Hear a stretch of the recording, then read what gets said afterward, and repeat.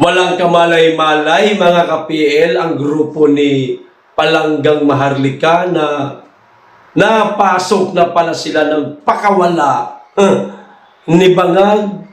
Abay sa bagay, mahirap nga naman ma-identify kung itong taong ito ay pakawala pala kasi nakikibanat din nakikipulburon din itong si Pebbles Talakera, mga kababayan di ba? O kahapon, sa Tritum hearing, idiniin mga kababayan ni Pebbles Talakera na di umano si Attorney Harry Roque ang mastermind nitong kumakalat at nag-viral na polboron video.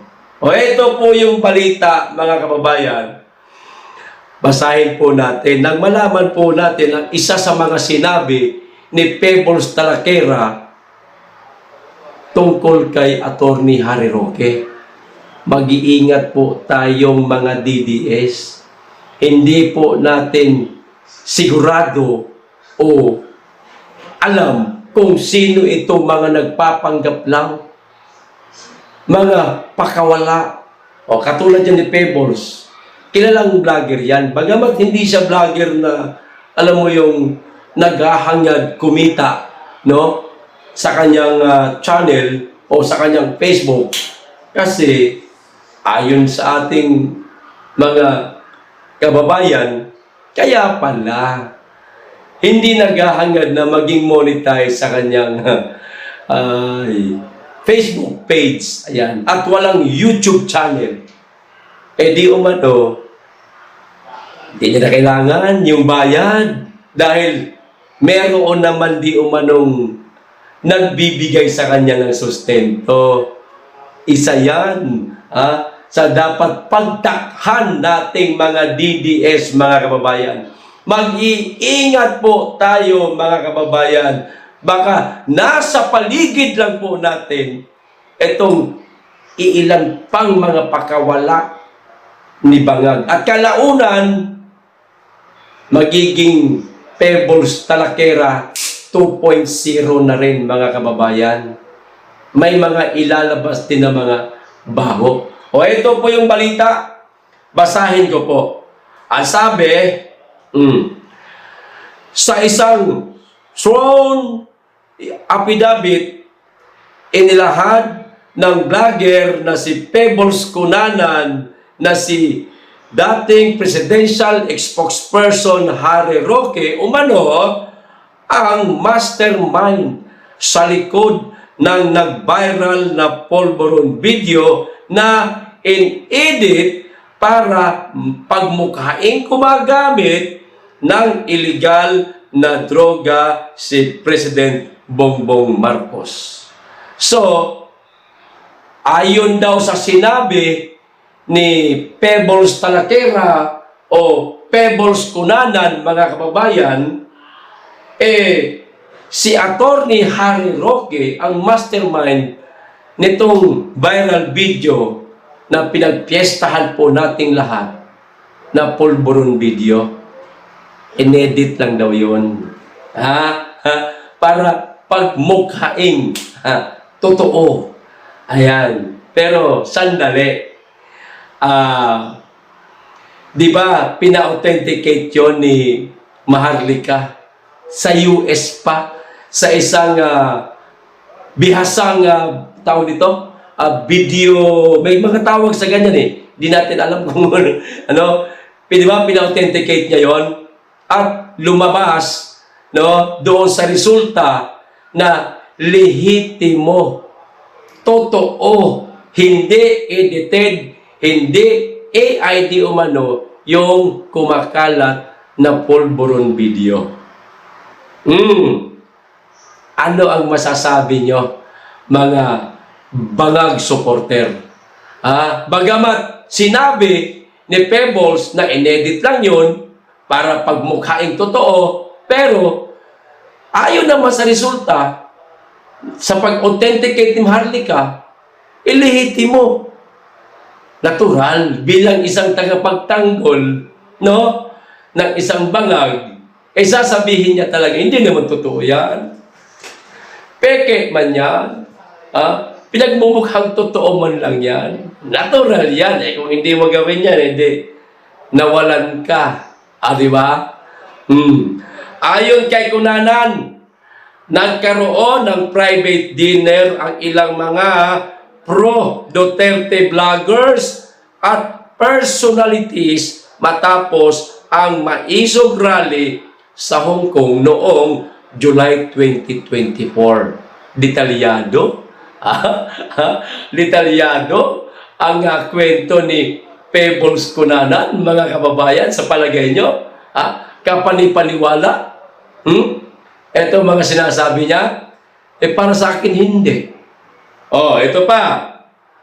Sa naturang pagtitipon, sinabi umano ni Roque na nakatanggap siya, pansinin po ninyo mga kababayan, ng isang screenshot, kung saan makikita umanong gumagamit ng ang Pangulo ng cocaine.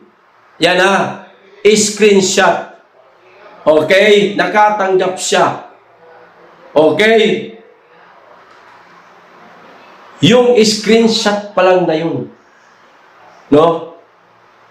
Maliwanag na gumagamit nga ng polboron itong si Dayunyor, mga kababayan. Bakit ito kumalat? Malamang merong may hawak nitong totoong video kung saan rumarat-rat itong isang mama. Ini-screenshot nga lang. Hindi nga lang full video ang ibinigay kay Atty. Harry Roque. No? Ito pa. Ayon sa aking recollection, mayroon pangang naging usapan na isang foreign influencer o vlogger ang dapat mag-post o panggalingan ng video para magmukhang mas kapani-paniwala at upang maiwasan ang anumang posibleng pananagutan mula sa gobyerno ng ating bansa o ng ating bansa ayon sa saad na sinumpaang salaysay nitong si Pebbles Talakera nga, mga kababayan. Para sa akin lang, itong sinasabi niyang foreign na influencer o vlogger,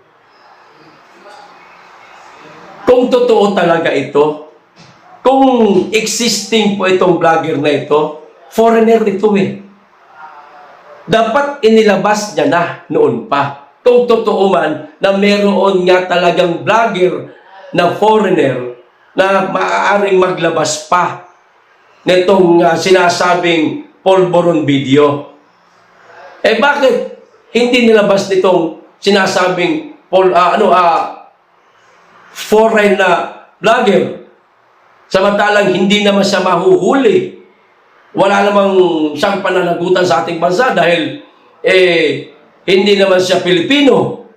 Katulad ni Maharlika na napakaraming sinasabi laban sa ating gobyerno pero hanggang sa ngayon hindi nila mahuli-huli. Sa palagay ko, mga kababayan, opinion ko lang naman to.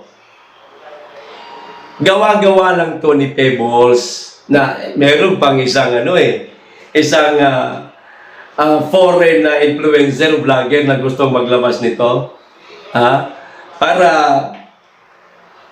papaniwalain ang mga Pilipino na totoong gumagamit ng polboron si Dayunyor. Dapat binanggit mo rin, Pebbles, kung sino yung influencer na yan o vlogger na yan.